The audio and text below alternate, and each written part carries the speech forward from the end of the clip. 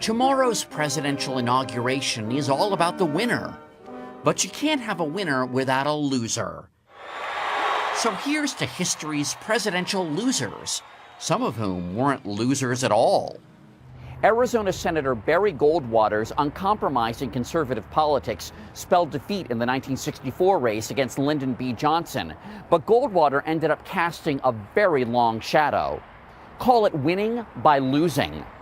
Today, Barry Goldwater is remembered in Phoenix with his own memorial park and by conservatives nationwide as a pioneer.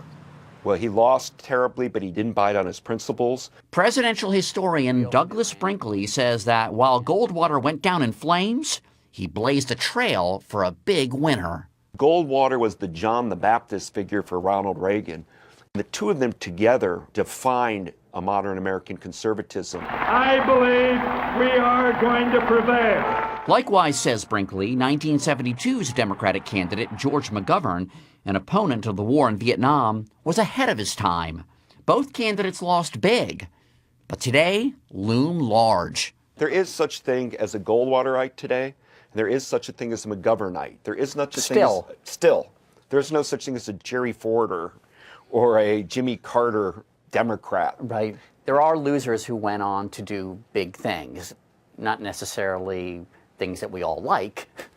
Well, yeah, I mean, I'm thinking of John W. Davis. Davis, the losing 1924 Democratic candidate, went on to argue the landmark Brown versus Board of Education suit, the one that desegregated schools. But Davis argued against integration.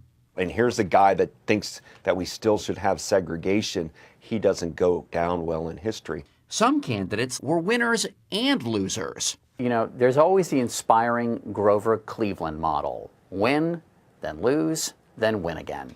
Well, and Grover Cleveland always messes it up for us presidential historians because, you know, we've got to do that double Grover Cleveland. The Benjamin Harrison sandwich. Yes. Right?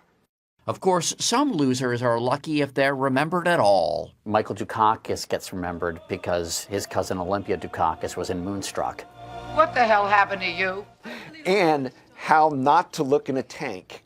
If we ever find ourselves having to go in a tank, you've got to say, I don't want to look like Dukakis. So I should not try to sell my Horatio Seymour biography. Don't go for it, Mo. It won't. That you will get no advance. Even the university presses will close the doors on you. 1868 lost to Ulysses S. Grant. Remembered or not, each and every one of these losers has played an essential part in our democracy. If we didn't have losers, we'd be North Korea. Without losers, we become something George Washington greatly feared. We could become some kind of autocratic society. The father of our country ran unopposed, but after 2 terms set an important precedent. The genius of Washington was that he stepped aside. He said, I'm done. I'm going back to Mount Vernon.